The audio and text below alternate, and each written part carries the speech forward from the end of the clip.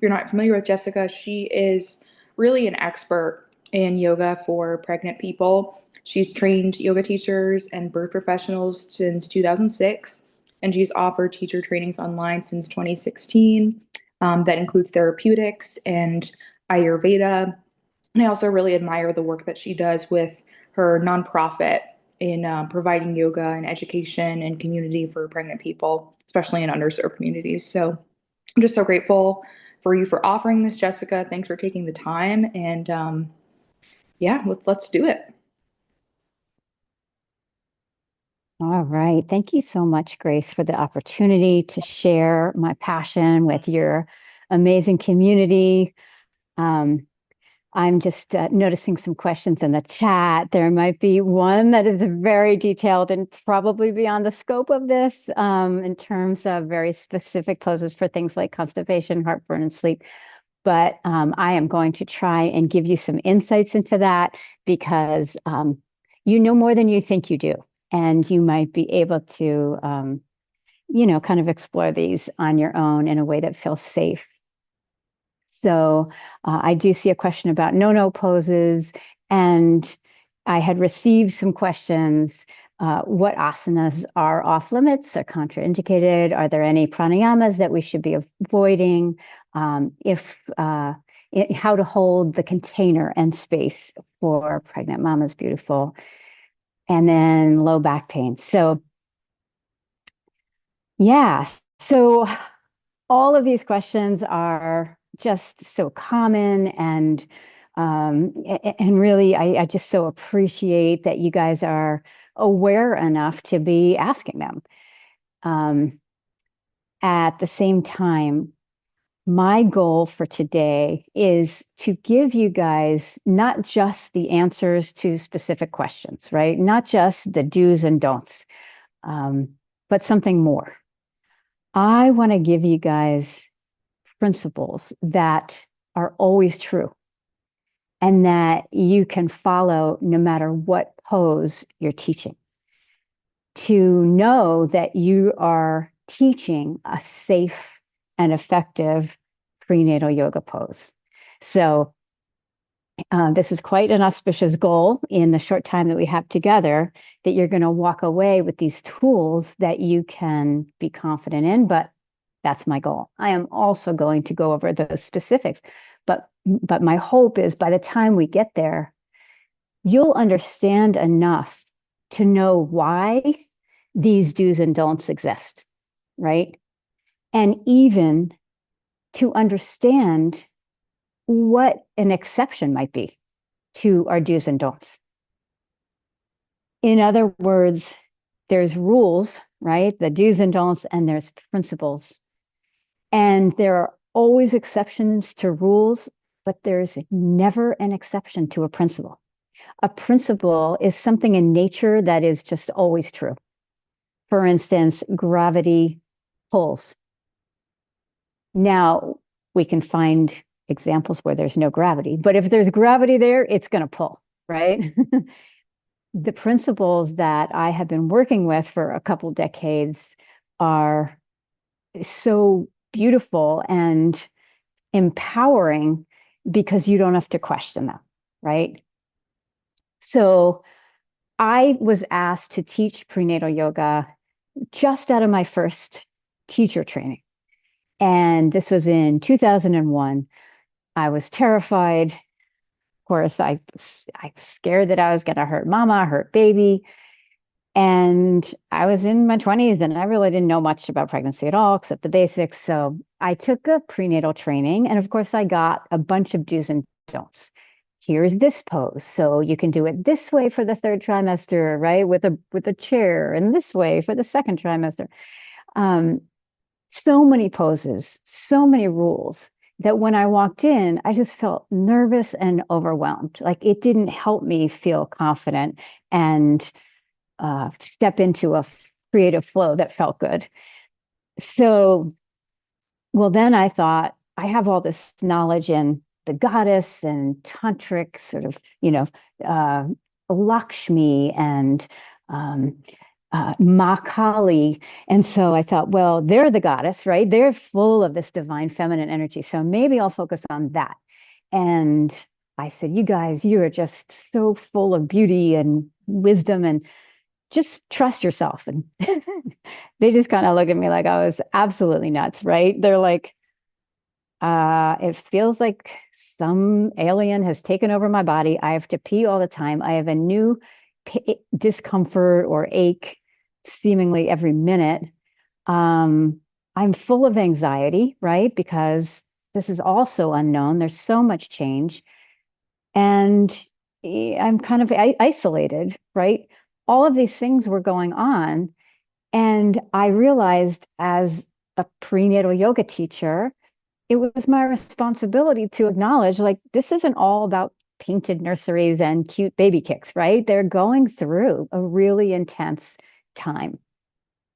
So then I had a lot of experience, background in therapeutic alignment because I had gotten my master's in kinesiology. I studied a form of yoga that was very much about biomechanical alignment. So I went into that. I was like, okay, who has wrist pain?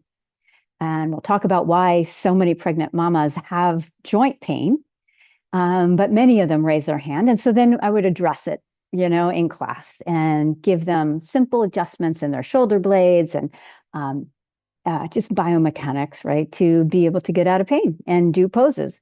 And that was cool. But honestly, I still felt a little bit like I was missing something, like there should be something really positive. There should be a gift that comes with something so natural. It shouldn't just be a bunch of challenges and anxieties, right? And so I started to observe my pregnant mamas and the transition that they went through. They showed up with all of these things, anxiety and isolation and aches and pains. And by the end, we would be saying goodbye to them and they were like in their power, right? There was something grounded about them. There was something ready. They were like connected. And I thought, what is it? Like, yes, the yoga poses are great and the community is great. But if you really pare it down, what I realized was it's the one choice that they made to slow down, to listen in, and to begin to honor what they heard from inside, right? The inner wisdom, to honor what their body was asking for. And the yoga was part of that, right? So I realized that when we do this, and we don't have to be pregnant to do it, right? Slow down, start to listen in, start to turn nurturing energy inward. We reconnect to our body's intelligence and power. And I looked around at the kind of yoga that I was practicing, which was very like vigorous and, sweaty. And I loved it. And I love it to this day. But I realized this was different enough that I wanted to create a whole new form of yoga based on this simple idea. And I chose the name Ma because it means mother, like mother love. But in Sanskrit, it also means the highest, most powerful, and wise. And so together, it's like when we step into our, mother love, right? We receive it for ourselves. That's when we can step into that highest Ma self. So that's a little bit of my background. I'm going to go ahead and share a slide and probably come in and out of that. All right, hold on. Let me open that up. Okay.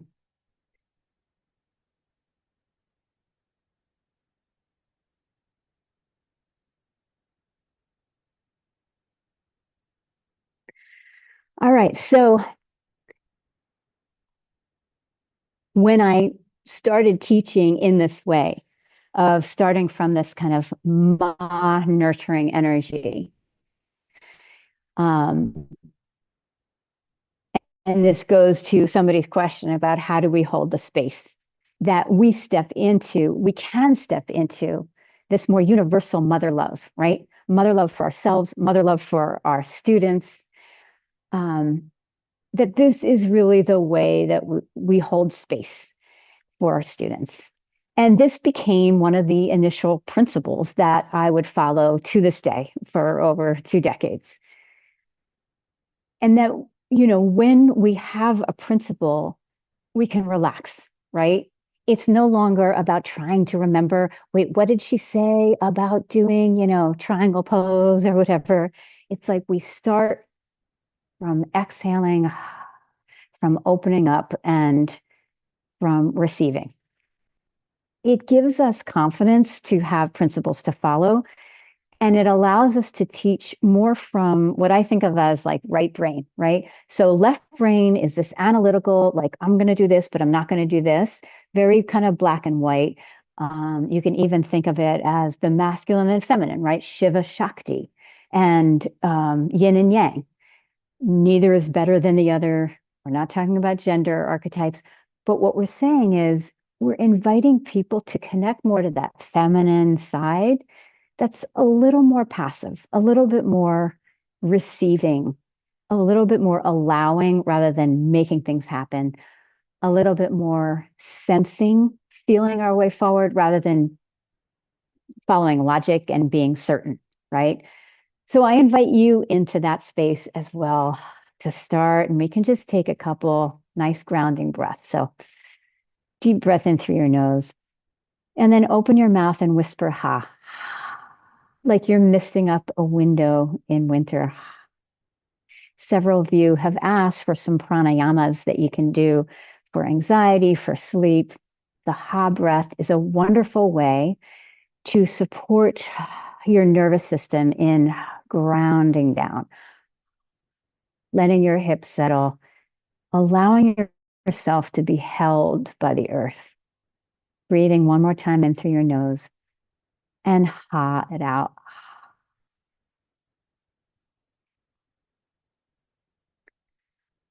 All right, so we've kind of now entered into the first principle that I'm going to teach you. And after we talk about this, we'll do some poses so you can feel what that is and how we might be cueing within each pose.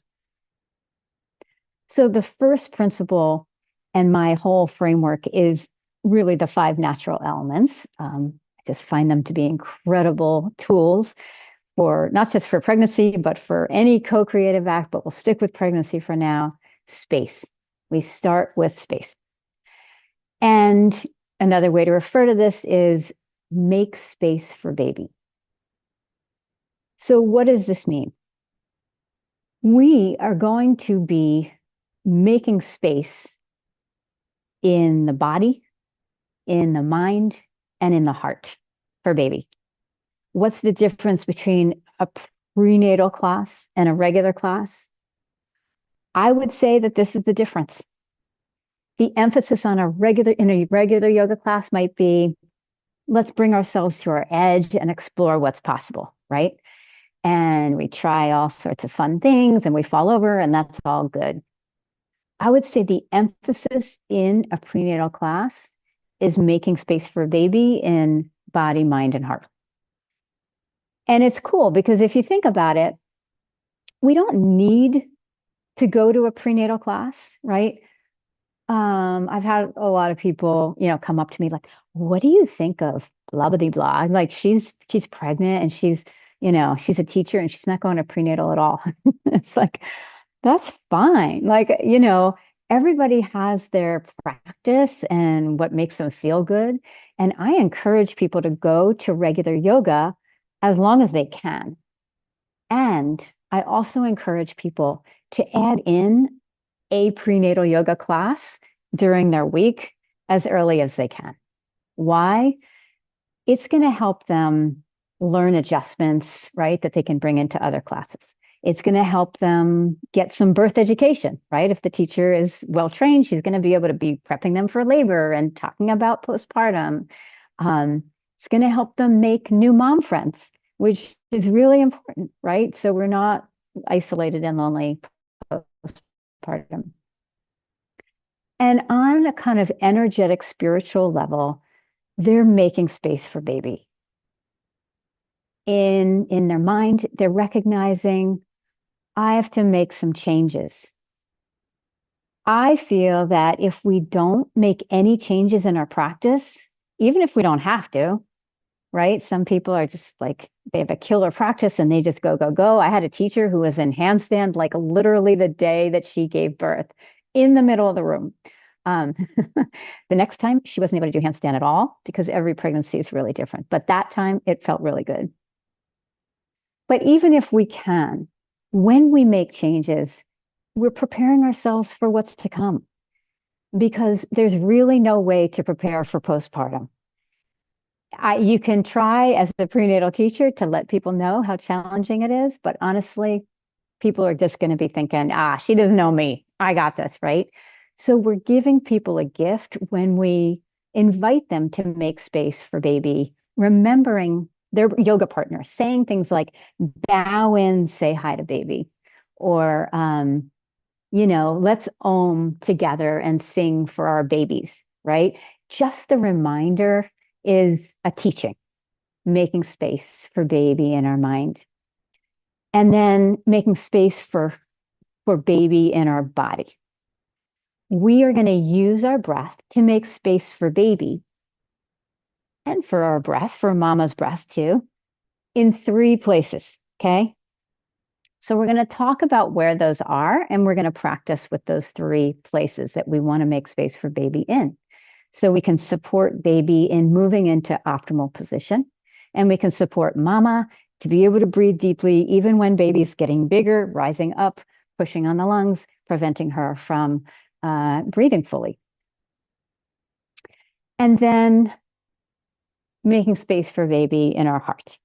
So we don't want to pressure our mamas and be like, oh, you must feel X, right? We don't want to assume how anyone's feeling, but we can kind of make space for these kind of waves of connection, of love to rise up, invite people to send a message of love to their baby, right? And kind of be making space for that connection to happen. It happens at different times for different people, but as prenatal yoga teachers, that's another gift that we give in prenatal yoga class. All right, so let's talk about the different places where we actually want space for baby physically. The first place is going to be what I call the back body, or you can just say the back of the body or the back ribs. So to feel this, what I'd like you to do is take the back of your hand to your back ribs. And we're going to be doing like some poses, some practicing. You are welcome to just watch or participate. There's no pressure to do anything here. But see if you can keep the back of your hand on the back of your body and then breathe in through your nose and see if you can feel the breath touching your hand. The back ribs are actually made to expand out and up. And as you exhale, you can exhale through your mouth, ha breath. The back ribs soften back down. Expanding into the back body and softening back down. Good. Here is another way to feel how we make space in the back of the body for baby. If you take your hands to your side ribs, imagine your rib cage is like a bell. As we get pregnant, our ribs start to pop forward like this. Look what happens in the back. There's no space back here for baby to move. And baby needs this space to be able to adjust and move and get head down and facing the back. A lot of your pregnant students will be kind of pushing forward. The pressure of the belly, the weight, everything pushes forward. So if you take your hands and gently ring the bell back, it's a little bit like angry cat. That's where we want our pregnant mama's back body to be, nice and full. Notice I didn't have you suck your belly in or push your front ribs back. That's actually a different movement. We are breathing into the back body. There's going to be a little engagement here. That's fine. But it's not caused by a sucking in because we are always going to ask that same question about any pose. Does it make space for baby? If I'm sucking in, am I making space for baby? Not really. But if I'm breathing into the back of the body, we are making space for baby. All right, so that's one. The next one is about allowing our pelvis to relax down. Now, this is something that naturally happens on the exhale. I'm going to stop sharing so you can actually see. This is what happens on the exhale.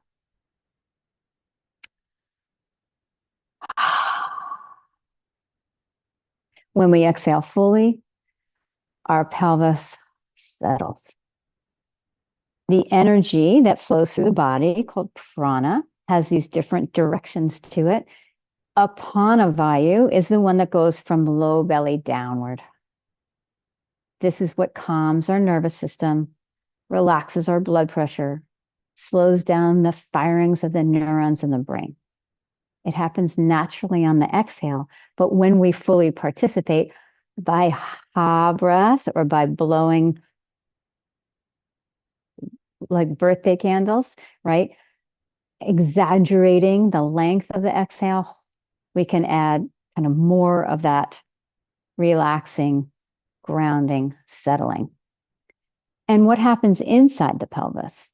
If you think about the pelvis and you can hold the sides, it's like a bowl. And there's a ton of these like rubber band muscles going like from the back to the front and around and the bottom.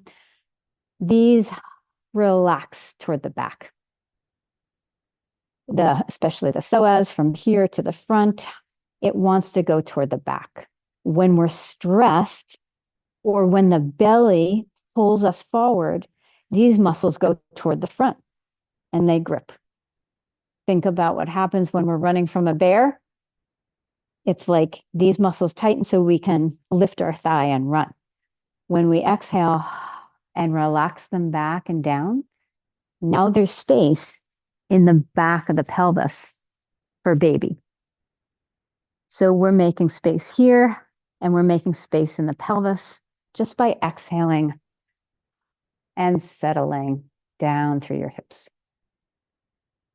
The last place that we want to emphasize space is the top of the chest. So if you put your hand on your collarbones, and let's breathe into the back of the body. So imagine like you're blowing up helium balloons in the back bottom part of your ribs. And then exhaling, relaxing your pelvis down, allowing the earth to hold you.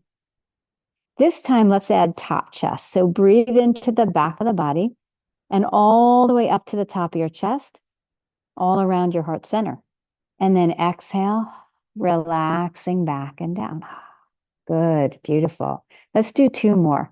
Inhale to the back of the heart and all around the heart center, allowing your collarbones to spread and broaden the top of the chest to actually lift from inside. And then exhaling, relaxing shoulder blades down, relaxing hips down. Beautiful. Making space for baby. And you can relax your hands. One thing I love about prenatal yoga is that I believe that we are all pregnant with something, right? There's something gestating within us. Maybe it's, right, Maria? Maybe it's a baby, but maybe it's a project or an idea or a vision for who we're becoming. And what's really cool is these same principles apply. We want to make space for it, right? Prana is the intelligence and the power that we have to co-create, to manifest something, to bring something into the world. So we make space for prana. Or for pregnant, we can call it making space for baby, but it's really all the same places. Back body in yoga, prana is traditionally stored in it's like a treasure chest word in Sanskrit, below the back ribs. Top of the chest, pelvis is settled, prana can flow easily, and we can be supporting whatever wants to be born through us. So as we go through today, when I say make space for baby, maybe you're thinking of the teacher you're becoming or whatever, a new relationship that's coming into the world, whatever it is. All right. feel free to put any questions into the chat. And we are ready to go ahead and do a little bit of practicing. So obviously in our time, we don't have that much ability to go through a lot. But what I am going to try to do is talk you through like the beginning of class so you get a feel for how we want to start with this element of spaciousness, filling it with that ma nurturing energy for our mamas. So if you would like to take a comfortable seat, I'm sitting on a cushion. If you have a folded blanket, a towel, a cushion, or if you're on a chair, that's fine too. But on the floor, we always want to have our mamas sitting up on something. And the reason is that tailbone pain is very common. And if we're not sitting up on something, this can happen, right? Now we're sitting on our tailbone, but just sitting up on something allows our pelvis to tilt forward a little bit. Now we're actually on the bones that we're supposed to sit on, the sit bones or ischial tuberosities, which are in the front of the pelvis, believe it or not. The tailbone can touch, but we're not leaning on it, right? So that's why always in a prenatal class, I'll have people sitting on some kind of lift. If you'd like, you can take your hands about mid-thigh, turning your palms up and even touch thumb and index finger together in Chin Mudra, closing the circle energetically. Exhale, and you can allow your eyes to close, turning into your breath.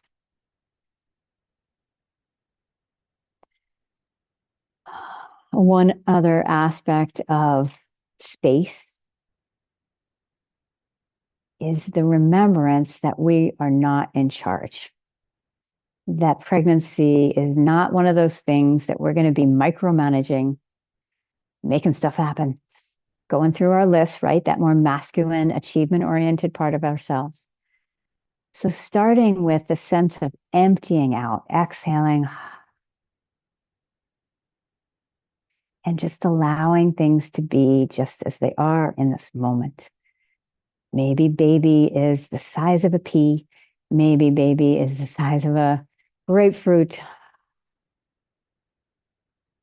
Even reminding our mamas, this is a special moment. Every moment will be unique in its own way. So just practice, just appreciating this moment with your baby right where you are. With every exhale, allowing your pelvis to settle. Inviting each inhale all the way into the back of your body, all around your heart center. So in meditation, you can see that I'm just giving a few little physical cues, but mostly it's just letting yourself be held by the earth, receiving breath,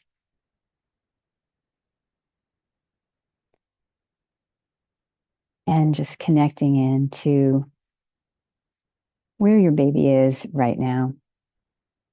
And you can bring your palms together. So in a regular prenatal class, we might have everyone Om together.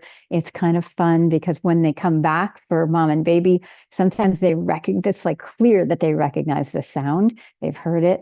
And Om should be just a beautiful singing. So having baby is just a great motivator to make it as harmonious as we can. But we'll just do a grounding breath. So deep breath in through the nose and exhale through the mouth.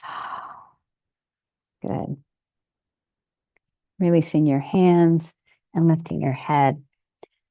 So in the beginning, we do some just really simple movements with breath.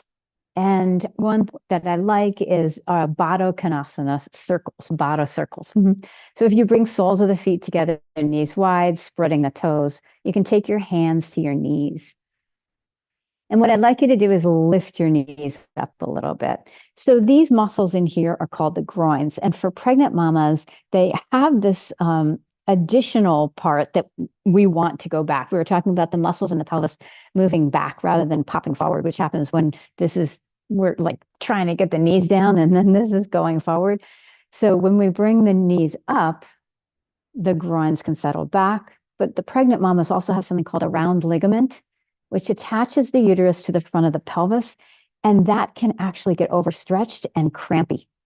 So anytime that happens, we want to deepen the groins, kind of sticking the booty out behind us, right? So we'll lift the knees up a little bit, spread the toes apart a little bit, just wake up the muscles of the lower legs.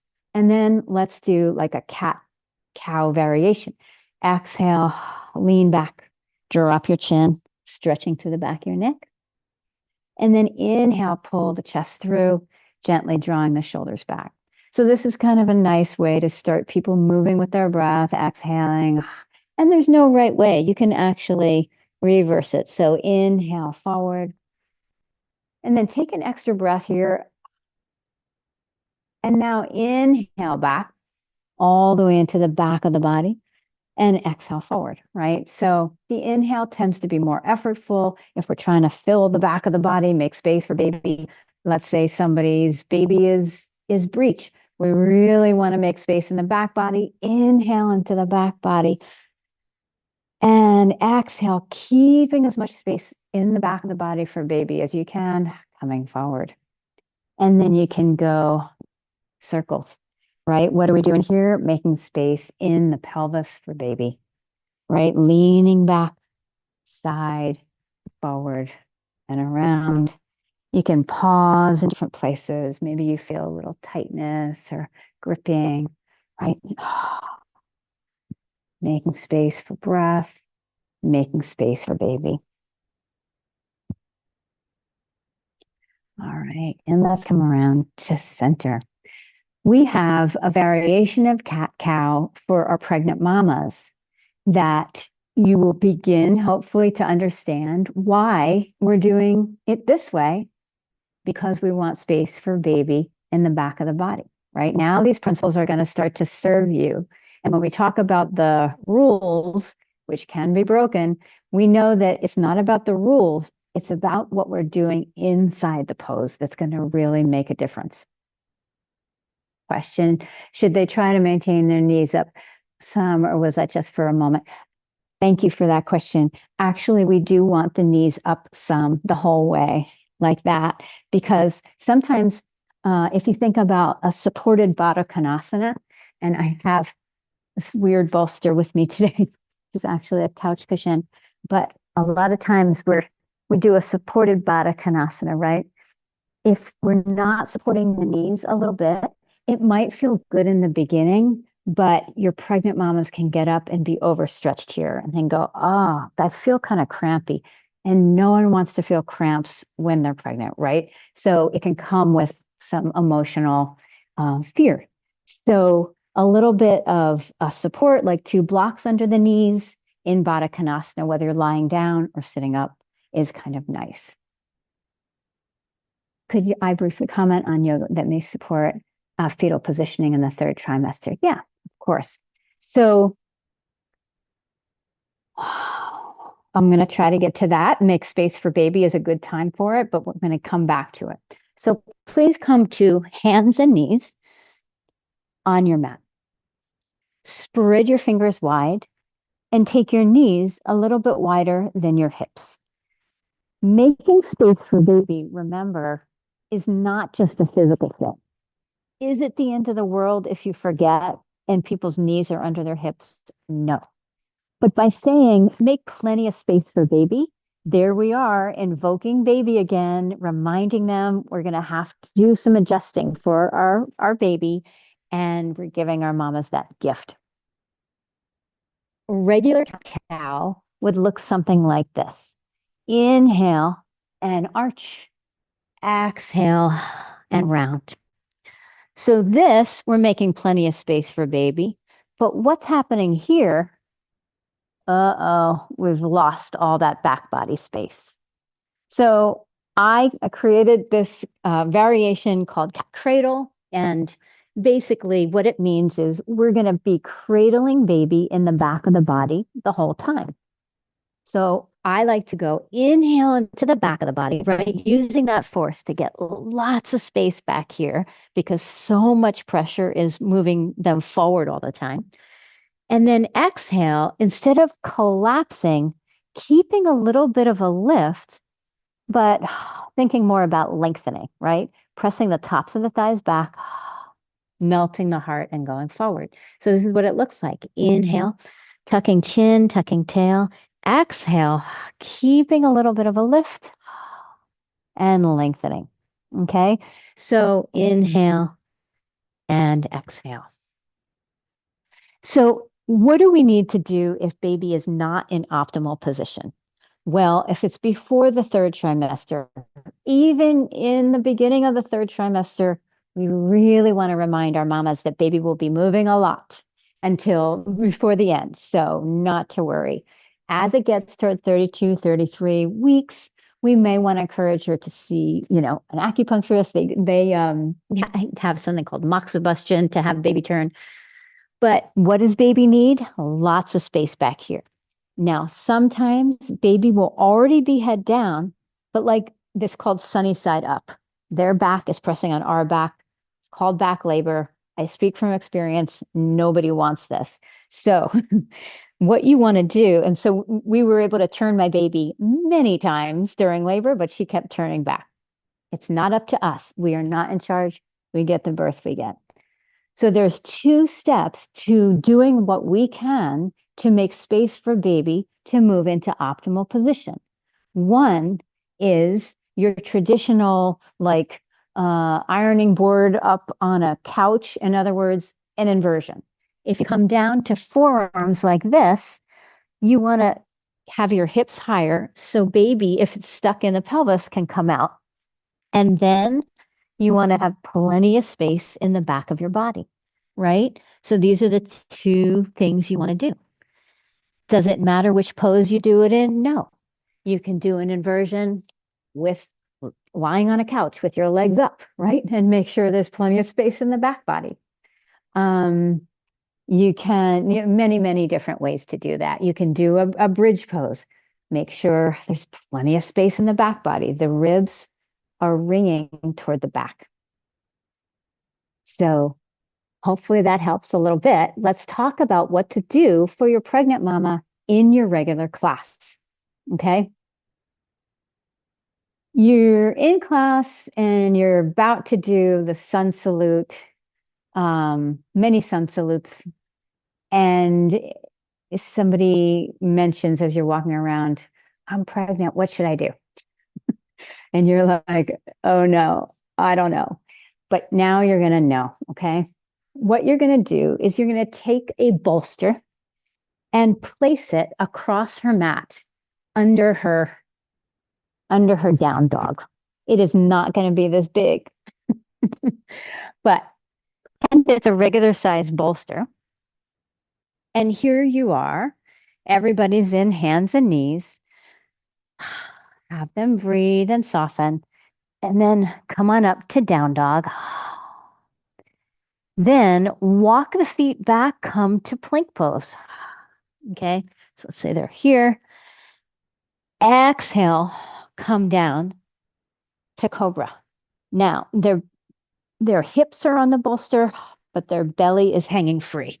So if it were a normal size, it would be more like this, right? And now they can do cobra with everybody else, right?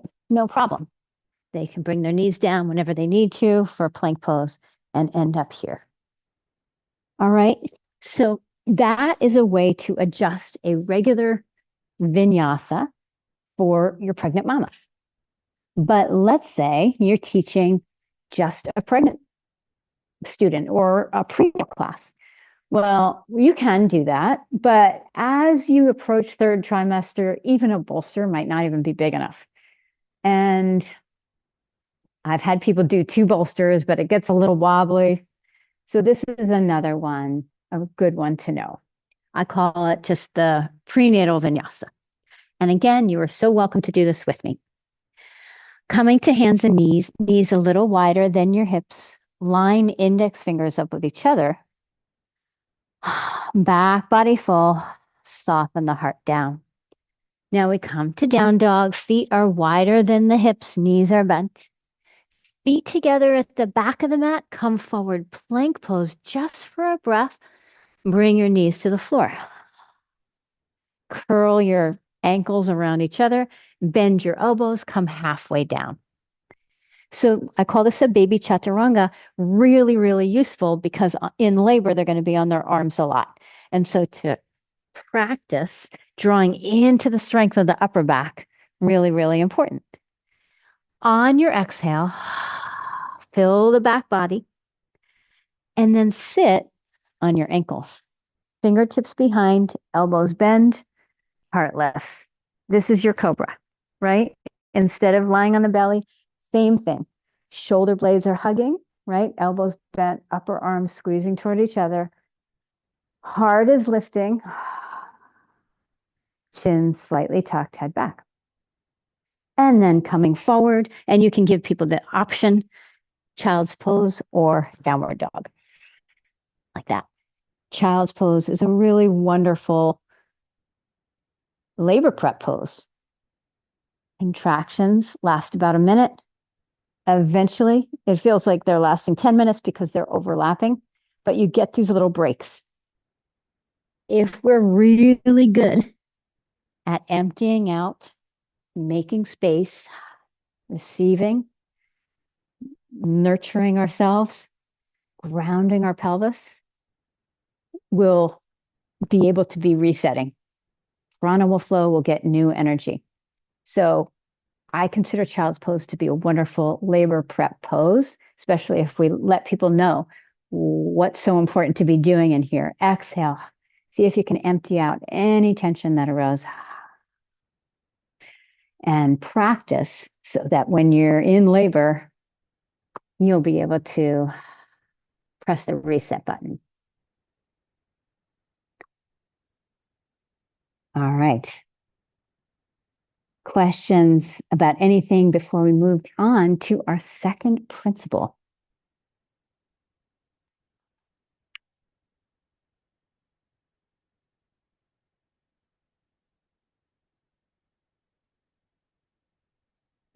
Okay.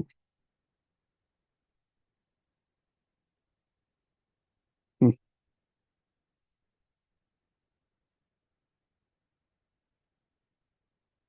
Sorry, I seem to have closed it. Okay, here it is.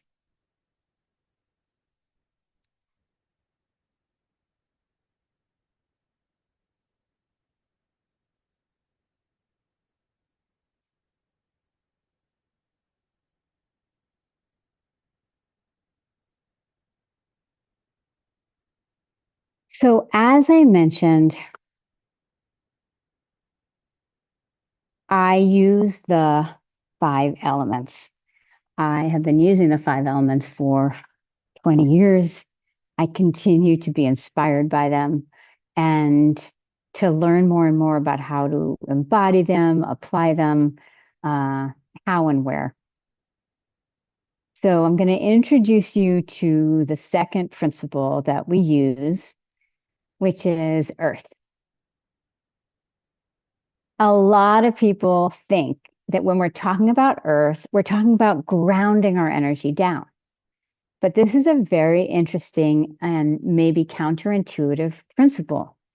It's not about connecting to the floor.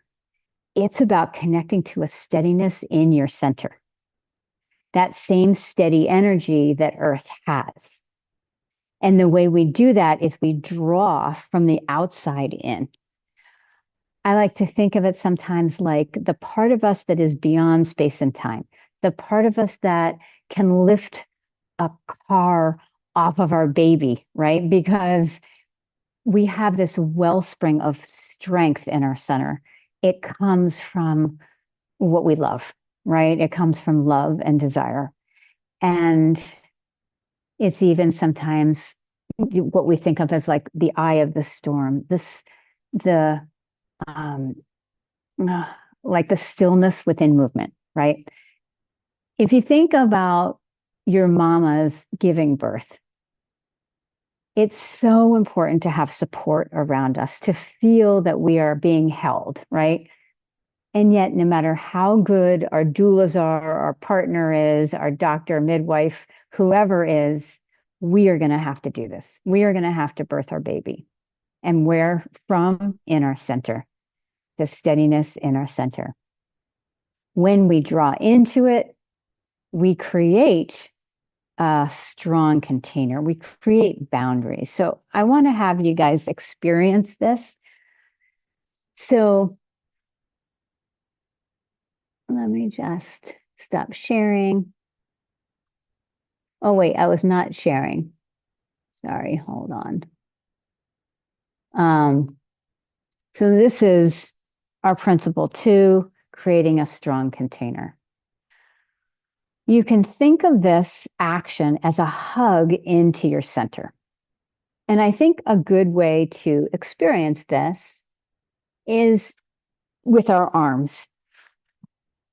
If you take your arms forward and then you reach as far forward as you can, you see how your arm bone is coming out of its socket, which is actually in the shoulder blade here. Now, if you inhale and Yes, pull Jessica, back, yeah.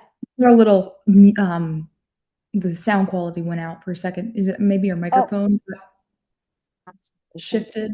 You got a little muffled. Is, is this okay? Is this better Much better. or Thank no? you. Oh, good. Oh, good. Thank you for pointing that out.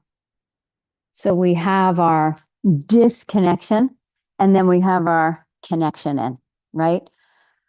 When we move our energy away from center, we are expanding and reaching and stretching. When we move in toward our center, we're connecting into strength and we're creating these strong boundaries and we're creating integrity in our joints. This is steadiness, right?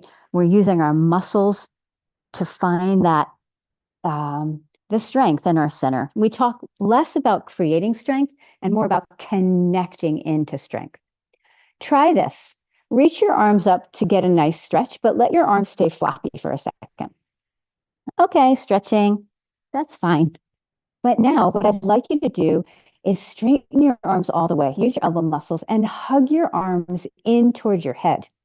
Now exhale, relax your shoulder blades down, and inhale, lift your heart, maybe lift your eyes, stretching through your pinky and thumb, right? It's a deeper thing. When you take a moment to connect into that steady center, then when we stretch, it's going to be more transformative, a deeper opening. And it's literally not overstretching the joints, because if we stretch without any kind of drawing in first and stabilizing, we're just going to be pulling on the joints, the tendons, the ligaments. We don't want those stretched. And they can get overstretched when we're pregnant pretty easily. Because when we're pregnant, the energy is naturally moving outward. Pregnancy is a time of expansion, right? The joints, so the way that happens is through hormones. Relaxin and progesterone are the two main hormones that are active when we're pregnant. What they do is the pelvis, right? It's like a bowl, and the front of it, it's like a seam. It's not glued together at the seam. It's called the pubic symphysis, and it's actually a joint, and the bones move. Progesterone and relaxin allow the pelvis to open at the pubic symphysis so that baby's head can move down and out. Otherwise, baby's head will not fit. So thank God for that. However, oddly, because the body is usually much smarter than this, these hormones are working on every joint in the body. They are making all the joints loosey-goosey, have lack of integrity, unstable, and vulnerable.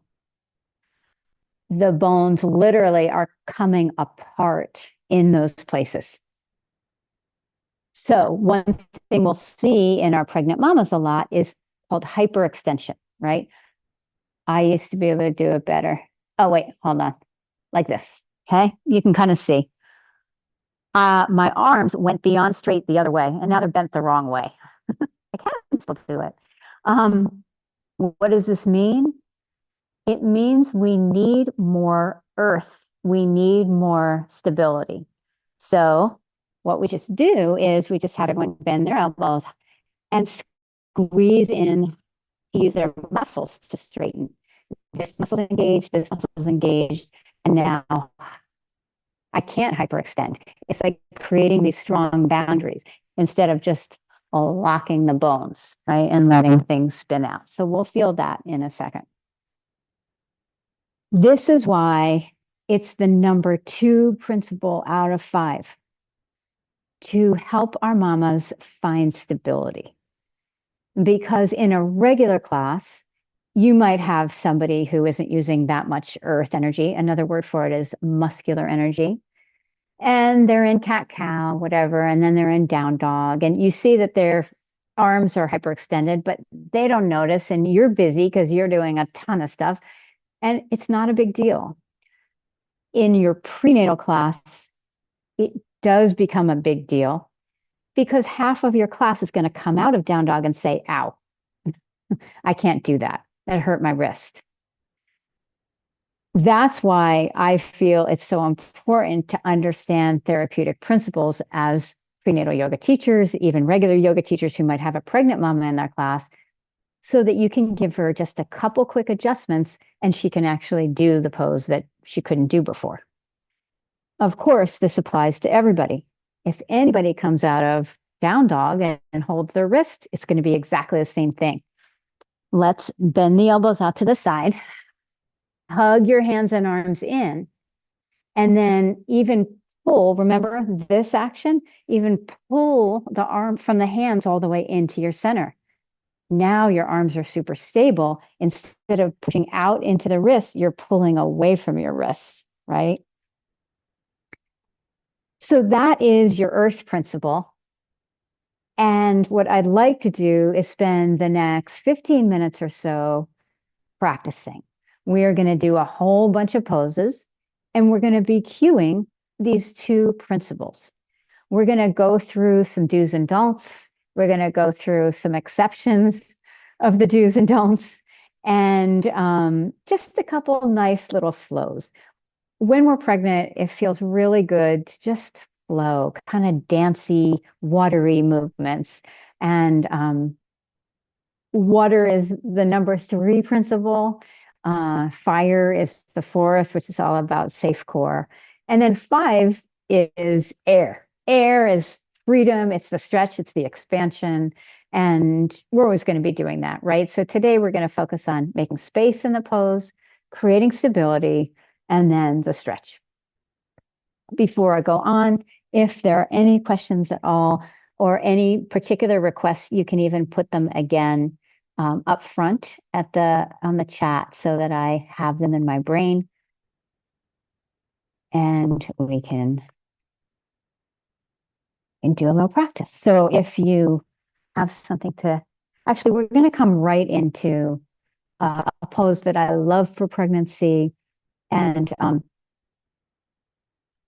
be checking the chat if you have questions. So come to forearms and knees. Knees are a little wider than the hips.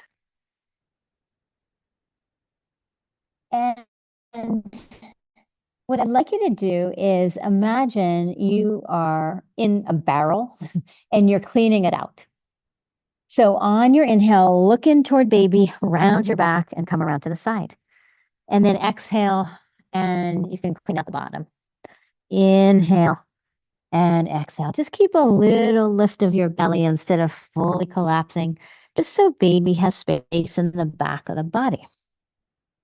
Good. And you can go in the other direction. You can even sway side to side. So just listen to your body, honoring what feels good in your body.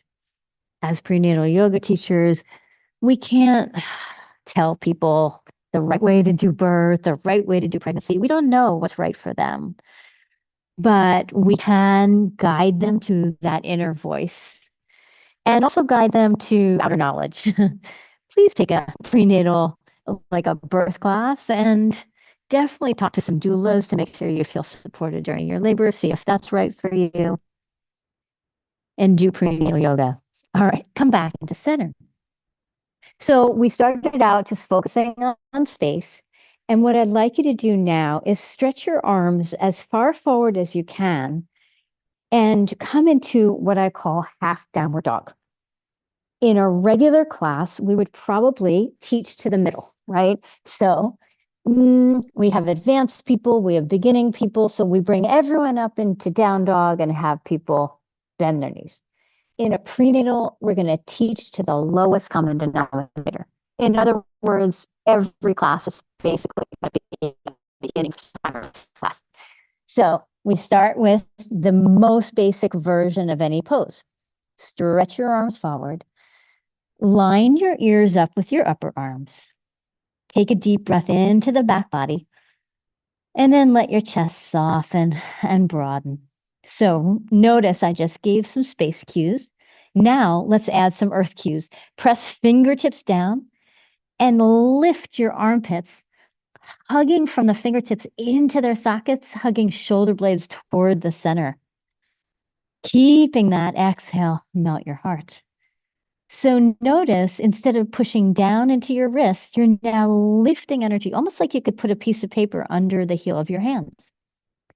Keep pressing fingertips down, lifting armpits up. And if you'd like to go to this next stage, you can lift hips and knees up, feet wider than hips, knees are bent.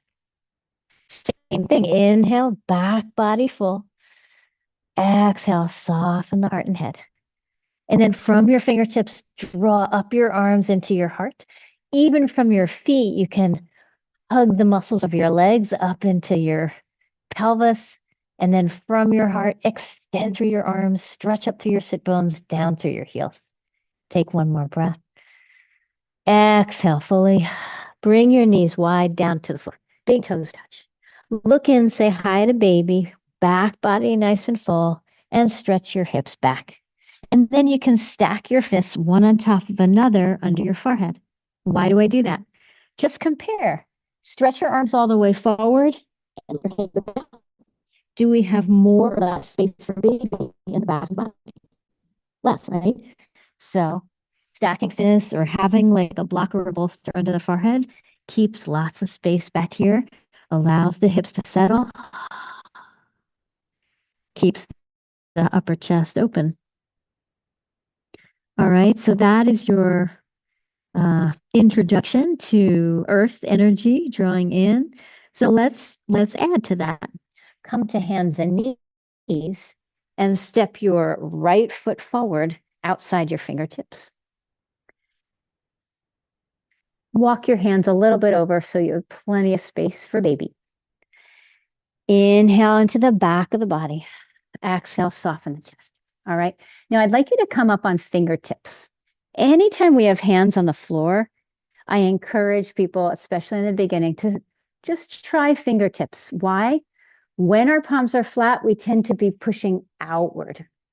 Before we stretch, we want to create stability, drawing inward. So up on fingertips, it's harder to push down. It's easier to find that connection into the strength in our upper back. This is a really nice like labor prep pose. Even like doula friends of mine do this during labor. Lift and spread your toes. This is a nice way to create stability for the ankle, even for the knee, spreading your toes. We're using muscles that go all the way up next to the knee to do that. And then start to make some circles around with your whole body. So notice we start from space, breath, release. Then we add some stability, right? So I had you lift the toes, right? So my back toes are curled under. That's also creating stability. And we use that strength to create even more space. And that's basically what we're doing in our prenatal yoga, creating space for baby. All right, so coming back into center, you can place your palm flat and take your right hand to your right thigh. And then take your right arm up to the sky. Inhale into the back body. You can even look in, say hi to baby. This will always help to round the middle back and create space. Exhale, draw from the fingers into the strength of the upper back and turn your heart open. Now, what kind of pose are we in? We are in a twist. Are we twisting open? This would be twisting open. We are actually breaking a rule. We are twisting across, and we're doing it with our pregnant mamas. Go ahead and release. How come we can do that? Well, because we understand principles, right? We understand that we want to make space back here, relax the pelvis, open this up, and then create stability. So let's try the other side. Left foot forward. Lift and spread all your toes, even spread your toes on your back foot. This will help you. You can even hug your legs toward each other. And some pregnant mamas, their knees not going to feel good, so you can encourage them to put a blanket under. Take your hands a little wider than your knees up on fingertips and make some circles, closing the eyes. Every time we bow in, even tuck your chin, we make space in the back body. And then coming around, you can change direction. And then place your right hand down, left hand to your thigh. Bow in, say hi to baby. Exhale, let your hips and pelvis settle down. Inhale, open the heart up to the sky. A perfectly beautiful prenatal pose because we're spacious and we're steady. Deep breath. Exhale fully. And come on out. All right. So we will be talking about the list in just a couple minutes of do's and don'ts. And you will find on that list, don't twist across, twist open. Let's say you have twists planned in your regular class.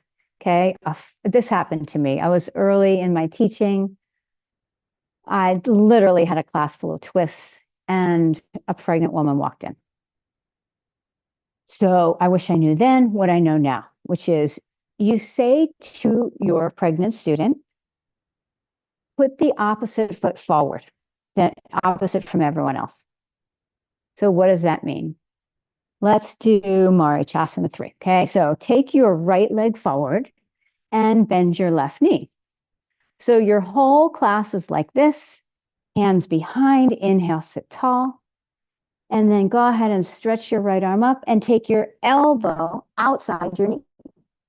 Is there space for baby in this pose? No, right? Sorry, to plug in, and there isn't a lot of space, so I'm going to have to move you over. So there is not space for baby in a regular Marichyasana 3. We are squishing baby. Baby's bunking the leg. That's not going to be a prenatal pose. But if your pregnant mama has done the opposite foot, she's still going in the same direction as everyone else.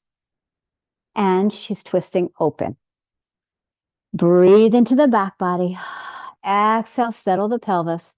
Inhale, top chest expands. We have space in all the 3 places. Hug the midline. We're safe and steady. And then make even more space as we turn, right? So twisting open, not across, is one of our rules, one of our do's and don'ts. I'll give you another simple exception. Go ahead and place your hands on your knees and drop your chin. The back of the body expands back. Plenty of space for baby. Pelvis is settled. Inhale, collarbones broaden. All right. Now, Keeping your left hand where it is, take your right fingertips behind you. Inhale, sit tall. Exhale, back body full, and twist. We are twisting open, right? Back body, pelvis, top chest. Now, let's change this to twisting across by taking the hand here. Nothing changed, right? For a baby, it's all the same. Wherever our arm is, this is another example of where the pose, the outer form is different from the inner action. The inner action is making space. And as long as we can do that, our outer form can take many, many different shapes. Hand on the knee. It's more important to be thinking, what are they doing inside the pose? Breathing into the back body, exhaling, relaxing their pelvis, inhaling, sitting tall. And then if they can keep that space, and you can even invite them, you can stay right here, or if you'd like, you can take your hand across and draw yourself in a little bit deeper, leaving it up to them, trusting that their body's going to tell them. So I have a question. Do you think practicing Mula Bandha and Uddiyana Bandha may also support the earth principle and create more back space and contribute to an easier delivery during labor? Fabulous question. Thank you. Yeah. So you're absolutely right, especially with Uddiyana Bandha, to be thinking about that as creating stability. Generally, it's the energy of containment. And so a tone of the belly is part of earth energy. That said, well, we're going to avoid an extreme in anything, right? But the extreme of sucking in, that's going to be limiting space for baby. Now let's talk about Mula Bandha. So Mula Bandha, in some ways, traditionally is thought of like a Kegel, right? Lifting the pelvic floor and locking. But there's other ways to think about that. This is taking us into principles 3 and 4, and it's a little bit beyond the scope of our practice. But remember how I said a lot of mamas are tucked under, and I'll even show you just standing how that works. As we get more and more pregnant, the belly starts to shift us forward, and we're tucking under, and the back is flattening, and the pelvic floor, instead of being wide and moving toward the back, is squishing. So water means taking the pelvic floor back and wide. And it happens naturally when we dance. Like every time we dance, we just kind of stick our booty out and shake, right? That's basically water. So we're going to bring that kind of flowy dance, or even a very specific action. Press your inner thighs back and apart. And this opens up the pelvic floor, widens it, right? The next thing is fire. And once we've done that, and you can even see it here, I'm opening up the pelvis. Fire means gently drawing belly in and lengthening down from your hips. So you can even try it. And this is something you can do just for fun with your pregnant mamas, is teach them how to push. Inhale, lift your chest, stick your booty out. On your exhale, round your back and push down from your hips.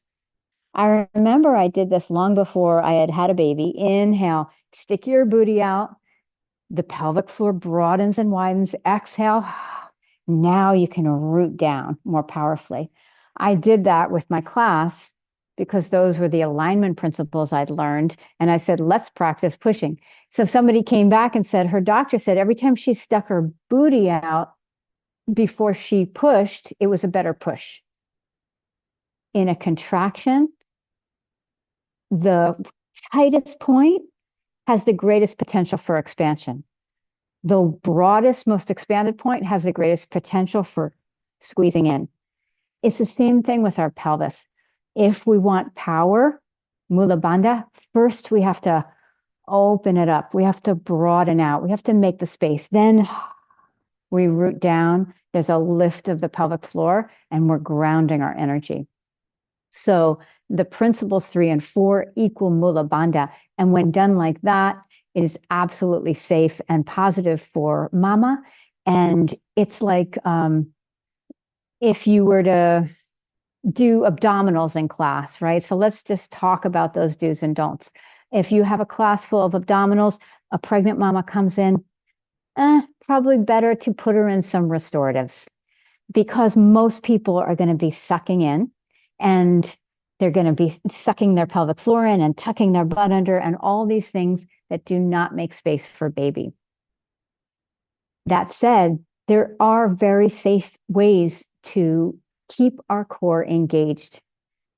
One is that ha breath, where there's a gentle drawing in as we root down. You can even do prenatal crunches. I had a teacher who said, never do any abdominals when you're pregnant. And it really caused me problems. I was very unstable. I was very unrooted after I had my baby. I had really lost connection to this area, and a lot of moms do. But I am never going to be someone who has a six pack. I never was. I don't have that kind of body. I have a very kind of organic and soft, open body. And so it's really important for all of us to understand where our personal place of balance is. If you feel like someone who's incredibly tight, you might have problems expanding for your contraction. If you feel like someone who's pretty soft, you might have problems if you don't create some stability, right? Some of that rootedness. So it's all going to be something you work with your students as a teacher, like giving them these options in one direction or another and having them explore what feels right in their body. Some other do's and don'ts. We talked about pranayama, exhaling, ha breath, and even candle blowing breath. Both of them have two wonderful benefits. One, you're grounding your apana vayu, your nervous system, because you're accentuating the exhale. The other is there's a gentle toning of the core. The ha breath is, if you can feel the difference, the ha breath is a little bit higher. The blowing out the candles is a little bit lower, right? They're both great. And they're both very safe for baby because it's very gentle tone. It's like hugging your baby toward the back. Other do's and don'ts, twisting open, not across. Back bends, we want nice and long instead of really intense, like trying to get high up in your bridge. You're making space for baby. Back body, pelvis, top of the chest. Let's see, what else do you already know? See, you know so much now, so much more than you think you do, because you could literally be teaching safe poses. You don't want to teach something that a student could fall out of.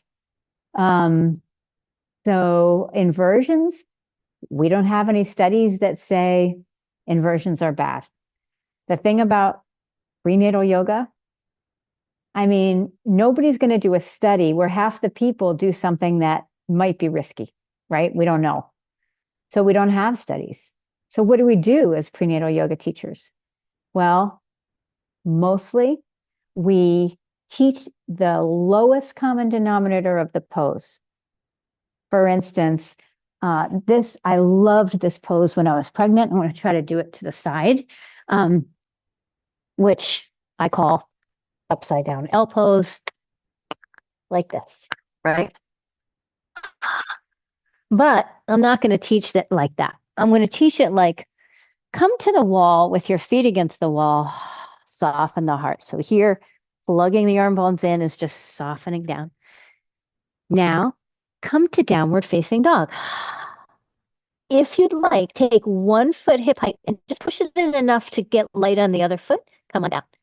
Let's try the other one. Foot, hip height, come on down. By this point, half of your class will already be up because it's so fun. The other class is not going to feel like going up. I mean, the other half, and they're not going to go up, right? So you haven't created pressure on them to do anything. It's an invitation. If they feel steady, they will. And then you invite them to come down before they're too tired. Inversions can be a wonderful way to just make space in the pelvis. If somebody is, maybe their baby is breech and they just did what's called a version with the doctor and they got baby to turn and everything's great, I wouldn't recommend doing inversions. Let's leave baby and support baby. But generally, inversions are fine and can feel really good, and they don't relate directly to what baby is doing in there. It's like a bubble inside a bottle. Baby's going to be doing their own thing. Kapalabhati, thank you. Yeah. So absolutely not. So Kapalabhati, sometimes we teach it like it's like you're getting punched, right? Not making space for baby, right? Is it terrible? No. Is someone going to, are we going to lose our pregnancy if we do it? Are we going to lose our pregnancy if someone jumps forward if someone jumps? Jumping is not really recommended. No, not in my experience. But here's the thing. Miscarriages happen way more than we think in any group. A third to a half will have had some experience, over the years with some kind of loss. So, or fertility challenges. If it does happen, and it often happens in the first trimester, and someone did something that didn't feel quite nurturing, then they might blame themselves. And you do not want that, right? So if we're ever going to be cautious, let it be in the first trimester, right? The first 12 to 14 weeks when miscarriage rates are at their highest. And keep asking mama, does it feel good? Does it feel like something you feel like trying? Teach to the lowest common denominator. Cobra, if they're on a bolster, as low as they can be, just long and low, right? And then they will build. So as opposed to how I first learned how to teach, if they're the third trimester, they need a chair for triangle. If they're the second, they need a block. First, they can be, that's not my experience. My experience is the longer they have been practicing alignment-based yoga, the more they can do, the deeper they can go, the more graceful they're going to be, the more ready they're going to be for giving birth, the more connected to their body's intelligence and power. And so I invite you guys to trust that with gentle poses where you're making space and you're inviting people to hug their muscles in, you're giving them a gift of making space and a strong container for baby. So that is my presentation for today. I have time for questions and I would love to receive them. I think one thing I would love to do is, somebody said a head down position. Yeah, we did fetal positioning. I'm going to go back to my original notes and see if I answered everything. What asanas are off limits? We talked about jumping. We talked about twisting across and abdominals. Are there any pranayamas that should be avoided? We talked about Kapalabhati. And then how to hold the container in space for pregnant mamas. We talked about that nurturing energy, receiving, opening, allowing, inviting in that feminine side. There was a question about low back pain. Unfortunately, I am not going to be able to get to that, but that's all about what I call sacred step 3. So once we learn these elements and how to apply them, they tend to become pretty meaningful, even sacred. So I call them the sacred steps. But that's going to be about finding the natural curves of the spine. And someone said, thank you. This was amazing. Thank you very much. Are you training anytime soon? Do you train online? Yeah, well, funny you should ask. I do have a training coming up. It starts April 15th, and I'm actually doing 3 bonus pre-enrollment trainings about the yoga, the art of teaching yoga. So just regular old teaching yoga. I find that people have different experience levels of teaching. And so I decided this time to encourage people to sign up early and to get us all on the same page so that when we start the prenatal training, we can really dive deep in. So I do have, let's see. Yeah, I have another slide and I will just bring that up. It's about my program. It's fully online, 100%. You can do it live, you can do it on demand, but most people do a combination of both. You can do just one of these trainings. So if you're interested in prenatal training, but you don't want to be certified, you don't need to be certified, you can do the 18-hour yoga pregnancy. And that's what's starting soon. I recommend everyone start with that one of the 4 trainings. It just gives you a really solid foundation for the rest. We take a trip through the trimesters, adjusting poses, learning how to create prenatal sequences and themes. And we're on Zoom twice a week for 3 weeks, but also you can watch the videos if you can't make it and stay with us. So that's the yoga of pregnancy. After that, we have the yoga of healing. So we're going to take these same principles and go pretty deep into the biomechanics so that if someone has knee pain or wrist pain or shoulder, neck pain, all those, you can use the yoga to help them rather than just saying like, I don't know, maybe don't do that, you know. Then we have Ma Yoga self-care. So I took what I feel are really essential routines, self-care practices, daily rhythms, food as medicine, out of Ayurveda, just the lifestyle kind of, practices. And I share them with my trainees, but also so that you can then share them with your clients and even create like, programs for new moms and pregnant people that are off the mat wellness practices. And then the yoga of birth is a birth prep class, but told through the lens of yoga, taught by 2 doulas. We also have a mentorship. So after you've taken the first 2, we'll hook you up with a teacher who will help. You'll have a lot of information. So it's nice to have someone just helping you simplify and integrate it into your own teaching voice. And you can do it live or self-paced. So that's all at mayoga.com. And legs up the wall. How long is the hold? Same as regular. 20 minutes is great as long as you can. We didn't really talk about lying flat, but I'll just say real quick, end of 2nd trimester, heart circulation is best when heart is above the pelvis. The vena cava returns blood to the heart. In a teeny tiny percentage of pregnant mamas, their baby is big and high and just in that place that would lean on the vena cava. So if they're lying flat on their back.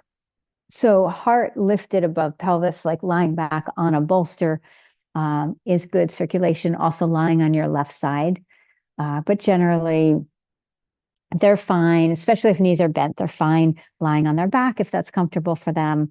Often toward the end of the 3rd, they're not comfortable that way, and they have to be a little lifted. Documents or materials. Yeah, so I do have something. I have a 5-day free prenatal training that you can do, 1 video for each of the elements of the principles. So the way to get that is if you just go to prenatalteachertraining.com, which will take you to the certification page on my website, mayoga.com. Just go to the bottom and fill out the form. Just say, hi, I was in your fundamentals class, and I will. And when you land on the thank you page, actually, there's a link to the 5-day prenatal training, or I can just send you the link.